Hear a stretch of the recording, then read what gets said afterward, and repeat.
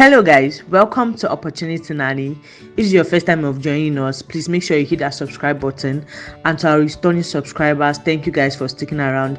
Please like this video, it really helps us a lot. Today we are going to be looking at fully funded Master's Scholarship and PhD Scholarship in Australia, and it's the Murdoch University in Australia. There's no application fee, there's no agent, so just keep watching as I show you all the details of this scholarship and what you need to apply. Now this scholarship is going to possibly provide you tuition fee, and also is offering a monthly stipend of 37,000 Australian dollars per year. Now for PhD students, the scholarship is covering 3.5 years, and for master students it is 2 years.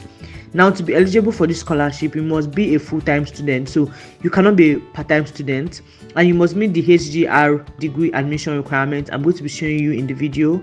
You should have a first class or second class upper honors degree or a master's by research or equivalent. So the scholarship is opened. It opened in 1st July 2024 and it's going to be closing in 30th September 2024. So if you're interested, please do well to apply. There are a lot of steps in the application process, so don't just look at it as, oh, the scholarship started September 2024. No, you have to be accepted in one step before you can proceed to the next step.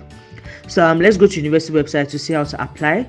Don't forget to like, share and subscribe, and please make sure you watch this video to the end. There are important information that you will need to know. So guys, this is the web page for the Murdoch University RTP scholarship.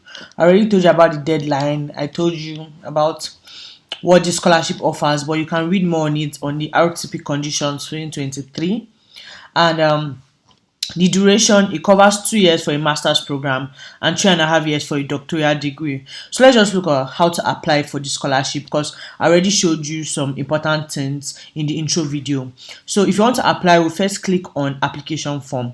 So once you click on the application form, it's going to take you to this page. Now in this page, you're going to be looking at what you need to know to apply.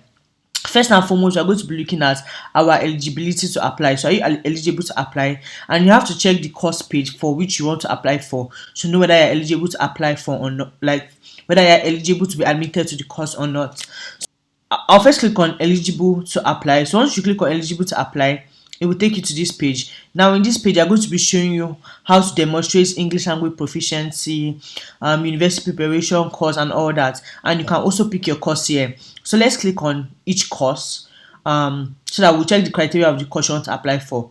So once you click on this link here, it's going to take you to this page. Now in this page, you can see I already filtered it. So the scholarship is for PhD or a master's in research. So I clicked on research. And you can click on whichever area you're interested in, but let me go with a Master's of Philosophy. So I'll click on the Master of Philosophy and it's going to take me to this page. So I clicked on International Student. The duration is 2 years, and you can read about the overview, the structure of the course, the entry requirements. Please read on the entry requirements to be sure that you meet the eligibility or the requirements for this course, because if you do not meet the admission requirements for the course, then there's no way you even be considered for the scholarship. So once you read it and you see that you meet the entry requirements, you're not going to apply first for this scholarship and for this research. So you're not just going to go straight on ahead and apply. Let's first go back. I'll show you how to apply, but first let's look at the English proficiency test. So once you click on English proficiency test, it's going to take us to this page so that we'll see whether we meet the English proficiency test. So this is a standard test course that is required. So for research, you need a minimum of this course in IELTS and the rest. But this is not all. We can go to previous tertiary study. So once you click on previous tertiary study, it's going to take us to this page. Now, if you have studied at some of this university and you have this minimum requirements, then you do not need to provide a English language requirement. So for Nigeria, you can see Nigeria here, successful completion of a bachelor's degree or level 7 degree or above. So you can check for your country here. If your country is here and you meet any other requirements, and you don't need to, if your country is here, just check for the requirements. If you meet it, then you do not need to provide English language test. So once you have done that, you have two options. The first option is, let's go. The first option now is to find a potential supervisor. So you do not necessarily need to find a potential supervisor before you submit your expression of interest. But it is advisable that you find a supervisor, because you contact a supervisor and you already know the supervisor wants to supervise you and is interested in your course or in your topic, sorry, then you can be sure that your expression of interest will have more or higher chances of being accepted. Do you understand? So if you want to find your supervisor, you just click on potential supervisor. So this is the search for supervisor. So let's search for an expert in our field. Click on search for an expert in your field. Let's say I want to study okay, this is this thing. So let's search for academic contact. Let's click on academic contact. Let me say I'm looking for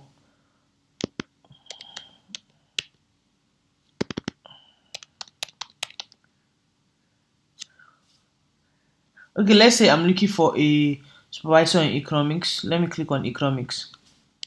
I can see the profile of lecturers in economics or researchers in economics and the courses they're even offering self. So I can just click on their names. You can see their email address, and then if you check their profile and you're interested in, you think they will be a good supervisor for you, you can email them. But as I said, you do not have to do this. So let's go back to see how to start your first step for applying for this scholarship.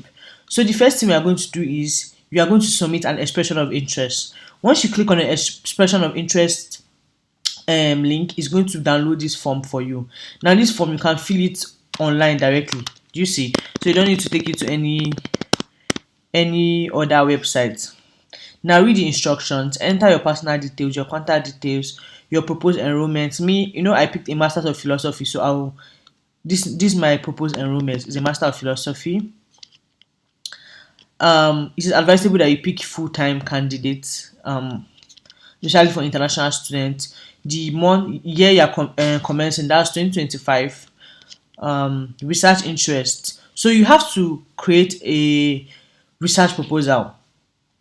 Once you read the information on how to apply, they already gave you step by step on how to create a good research proposal. Please make sure you read it and follow it to create a research proposal. My video for research proposal should be coming up by the end of this month or earliest in September. So you're just going to enter all this information so they will help you match to help you see supervisors that will be interested in the course. That's why I told you that you do not have to necessarily contact a supervisor, because once you submit your expression of interest, if somebody is interested in it and would like to supervise you, then you will now be invited to come and now do your application. So you're just going to enter all the information here, your English language requirements, then scholarship support.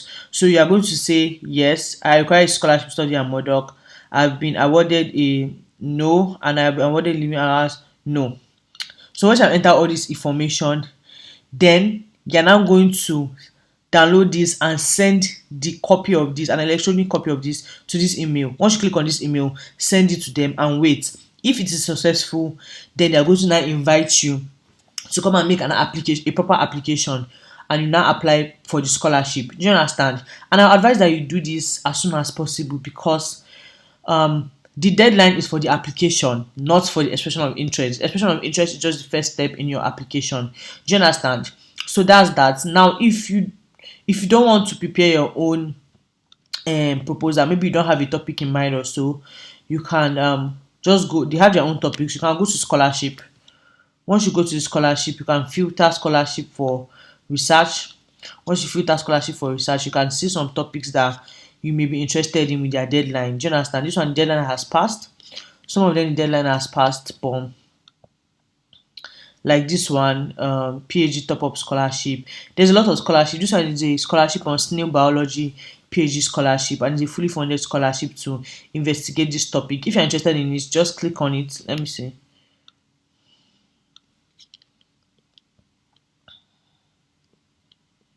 Deadline is 31st. Okay, this one is just for domestic students. So if you are checking, make sure you check for the one that is international students. This is for those that do not want to develop their own research proposal and also want to check for projects that are open. So that's all for this scholarship. Please do well to submit your expression of interest as soon as possible. Don't forget to like, share, and subscribe. And if you have any question, please let me know. Bye.